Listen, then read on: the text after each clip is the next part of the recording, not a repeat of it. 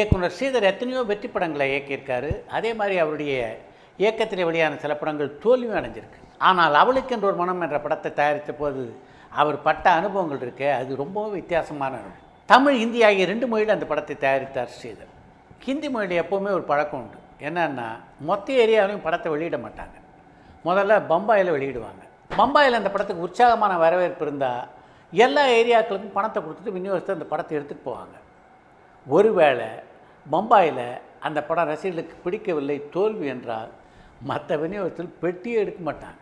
இது வியாபார ரீதியாக மிகப்பெரிய ரிஸ்க்கு. ஆனாலும் இந்தி பட உலகம் அப்போது அப்படித்தான் இயங்கி கொண்டிருந்தது. அதனால் அந்த முறையை ஸ்ரீதரால் மாற்ற முடியல. அவளுக்கென்ற ஒரு மனம் என்ற படத்தை ஹிந்தியில் எடுத்த ஸ்ரீதர் அந்த படத்தை விநியோகர்களுக்கெல்லாம் போட்டு காமிச்சார். ஒருத்தரும் ஸ்ரீதரை பார்த்து லேசாக சிரிக்கக்கூட இல்லை. அப்போவே அந்த படத்தினுடைய ரிசல்ட் என்ன அப்படின்னு ஸ்ரீதருக்கு தெளிவாக தெரிஞ்சிருச்சு. இருந்தாலும் வட இந்தியா பூரா அந்த படம் ரிலீஸ் ஆகலைன்னா அது எவ்வளோ பெரிய அவமானம் என்று நினைத்த ஸ்ரீதர் அந்த விநியோகத்தில் அத்தனை பேரையும் அழைச்சார். உங்களுக்கு இந்த படம் பிடிக்கலன்னு எனக்கு தெரிஞ்சு போச்சு, சில காட்சிகளை தான் அந்த படத்தில் திரும்பவும் மாற்றி எடுக்கிறேன், எடுத்ததுக்கு பின்னாடி இந்த படத்தை வெளியிடுவோம், என்ன சொல்கிறீங்க என்று அவர்களை பார்த்து கேட்டார். அவங்க யாருமே பதில் சொல்லலை. ஏன்னா ஏதோ ஒரு 500 அடி 1000 அடி மாற்றுவார் போல தெரியுது. அந்த மாற்றத்தினால இந்த சினிமாவில் என்ன மாற்றம் வந்துவிடும் என்ற எண்ணம் அவர்களுக்குள்ளே இருந்தது. அதை புரிந்து கொண்ட ஸ்ரீதர் அடுத்து அவங்ககிட்ட சொன்னார், நீங்கள் நினைக்கிற மாதிரி ஏதோ 2000 அடி 3000 அடி இல்லை, குறைந்தது 4000லேருந்து 5000 அடி இந்த படத்துடைய கதையை மாற்ற இருக்கிறேன் அப்படின்னார் ஸ்ரீதர். இதை சொன்ன உடனே அவர்களும் ஒப்புக்கொண்டார். அதற்கான வேலைகளில் கடகட என்று இறங்கினார் ஸ்ரீதர். ஏறக்குறைய 5000 அடியை திரும்ப படமாக்குறதுன்னா ஏறக்குறைய ஒரு படத்தை தயாரிக்கிறதுக்கு எவ்வளோ செலவாகுமோ அதில் பாதி செலவாகும். அந்த செலவை பற்றியெல்லாம் கவலைப்படல. தன்னுடைய ப்ரெஸ்டீஜ் ரொம்ப முக்கியம் நினைத்த ஸ்ரீதர் செலவு பண்ணார். திரும்ப படத்தை எடுத்தார், விநியோகஸ்தர்களுக்கு போட்டு காண்பித்தார். இப்போ படம் பார்த்த விநியோகஸ்தர்களுக்கு ஓரளவு திருப்தியாக இருந்தது. ஆனாலும் அந்த படம் வெற்றியை குவித்ததா என்றால் இல்லை. இந்த மாற்றம் எதுவுமே செய்யாமல் அந்த படத்தை வெளியிட்டிருந்தால் எப்படிப்பட்ட வரவேற்பு ரசிகரிடம் கிடைத்திருக்குமோ அப்படிப்பட்ட வரவேற்பைத்தான் அந்த படம் ரசிகரிடமிருந்து பெற்றது. அந்த படத்தை பொறுத்த வரைக்கும் நான் சந்தித்தது மிகவும் விசித்திரமான அனுபவம் என்று ஒரு பத்திரிகை பேட்டியிலே பதிவு செய்திருக்கிறார் ஸ்ரீதர். கவர்ச்சி நடிகை செலுஸ்மிதா புகழனின் உச்சத்திலே இருந்தபோது நடிகர்கள் சிவா கணேசனுடைய செட்டில் அவருக்கு முன்னாலேயே கால் மேலே கால் போட்டு உட்கார்ந்து கொண்டிருந்தார் என்ற ஒரு செய்தி பத்திரிகையிலே பலமாக அடிபட்டதை நீங்கள் எல்லோரும் அறிவீர்கள்.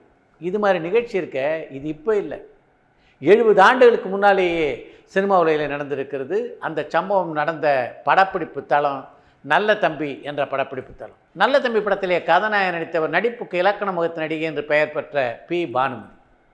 ஒரு நாள் படப்பிடிப்பு தளத்தில் அவர் கால் மேலே கால் போட்டு உட்கார்ந்து கொண்டிருப்பதை பார்த்த சிலர் என்எஸ் கிருஷ்ணகிட்ட போய், என்னங்க இந்த அம்மா கால் மேலே கால் போட்டு உட்காந்துருக்கு என்று புகார் செய்தார்களாம்.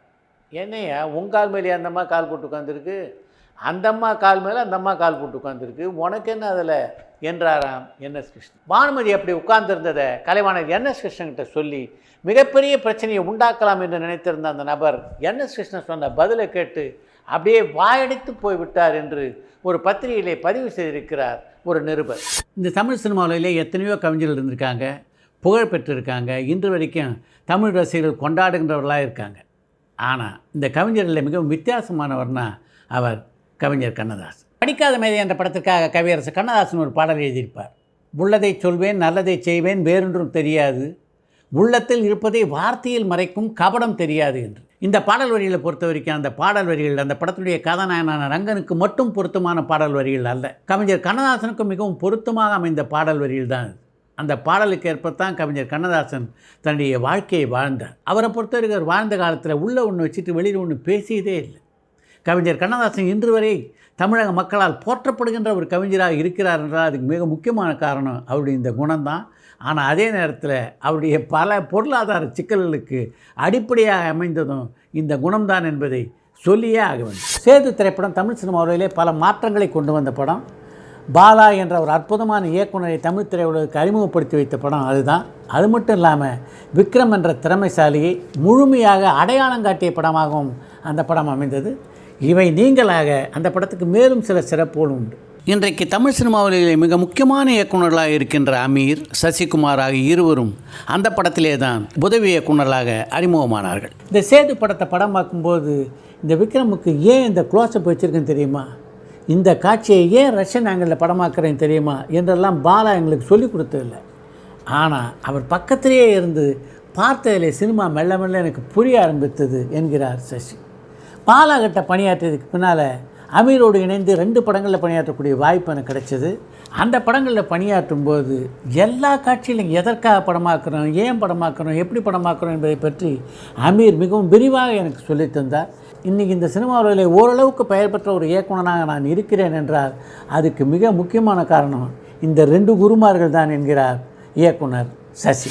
இன்றைக்கு தமிழ் சினிமாவில் உள்ள பல இயக்குனர் தங்களுக்கென்று சொந்தமாக ஒரு பட நிறுவனத்தை வைத்து கொண்டிருப்பதையும் அந்த பட நிறுவனத்தின் சார்பில் ஒரு படம் எடுத்து கொண்டிருப்பதையும் நாம் பார்க்குறோம். 60-70 ஆண்டுகளுக்கு முன்னாலே ஸ்ரீதரும் தனக்கென சொந்தமாக இப்படி ஒரு பட கம்பெனியை நிறுவினார் என்றாலும் அவர் அந்த கம்பெனி நிறுவினதுக்கும் இப்போது உள்ள இயக்குநர்கள் செயல்படுவதற்கும் சிறு மாறுதல் இருக்குது. இப்போது உள்ள இயக்குநர்கள் நமக்குன்னு இவ்வளோ பேர் இருக்க அந்த பெயரை வைத்துக்கொண்டு நாமே சொந்தமாக படம் எடுத்து ஏன் சம்பாதிக்கக்கூடாது அப்படின்ற எண்ணத்தில் சொந்தமாக படம் எடுக்க ஆரம்பிக்கிறார்கள். ஆனால் ஸ்ரீதர் ஆரம்பித்தது அப்படிப்பட்ட நோக்கில் இல்லை. ஸ்ரீதர் அறிமுகமான முதல் திரைப்படம் கல்யாண பரிசு அப்படின்ற திரைப்படம் தான். அந்த படத்தை தயாரித்தது வீனஸ் பிக்சர்ஸ் என்ற நிறுவனம். அந்த வீனஸ் பிக்சர்ஸில் இயக்குனர் ஸ்ரீதரும் ஒரு பங்குதாரர். அவர் தவிர கிருஷ்ணமூர்த்தி, கோவிந்தராஜன், ரத்னமய்யர் என்று 3 பங்குதாரர்களும் அந்த நிறுவனத்திலே இருந்தார். கல்யாண பரிசு மிகப்பெரிய வெற்றி அடைஞ்ச உடனே தமிழ் சினிமாவில் உள்ள பல தயாரிப்பாளரிடமிருந்து ஸ்ரீதருக்கு அழைப்பு வந்தது.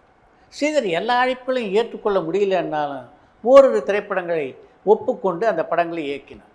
ஆனால் வீனஸ் பிக்சர்ஸ் பங்குதாரர்களுக்கு அதிலே உடன்பாடு இல்லை. நீங்கள் வீனஸ் பிக்சர்ஸுக்கு மட்டும்தான் படம் பண்ணணும் என்று ஸ்ரீதரை நிர்பந்தித்தார். அது ஒரு படைப்பாளி என்ற முறையிலே தன்னுடைய சுதந்திரத்தை கட்டுப்படுத்துவதாக ஸ்ரீதர் நினைத்தார். அதனால் தன்னுடைய பங்குதாரர்கிட்ட எனக்கு வருகின்ற வாய்ப்பு எல்லாவற்றையும் ஏற்றுக்கொண்டு நான் படம் பண்ண போகிறதில்லை, ஏதோ செலக்ட் பண்ணி தான் படம் பண்ண போகிறேன், அதுக்காக அனுமதி தாருங்கள் என்றார்கள். அதற்கு அந்த பங்குதாரர்கள் ஒருவரான கிருஷ்ணமூர்த்தி ஒப்புக்கொண்டார். அதைத் தொடர்ந்து வீனஸ் பிக்சர்ஸுக்கும் அவர் படங்கள் பண்ணுவது என்று முடிவானது. இப்போ அந்த பட நிறுவனத்துக்காக பல கதைகளை சொன்னார் ஸ்ரீதர். ஸ்ரீதர் சொன்ன கதை இருக்க அந்த கதைகள்லாம் கொஞ்சம் வித்தியாசமான கதைகளாக அமைந்திருந்தன. ஆனால் அந்த வீனஸ் பிக்சர்ஸில் பங்குதாரர்களாக இருந்தவர்களோ வசூல் பண்ணக்கூடிய கமர்ஷியல் கதைகளையே ஸ்ரீதரிடமிருந்து எதிர்பார்த்தார். ஸ்ரீதருக்கு அந்த மாதிரி மொத்த படங்களையும் தயாரிக்கிறதுல உடன்பாடு இல்லை. தன்னுடைய டேஸ்ட்டுக்கேற்ப சில வித்தியாசமான படங்களையும் எடுக்க வேண்டும் என்று அவர் விரும்பினார்.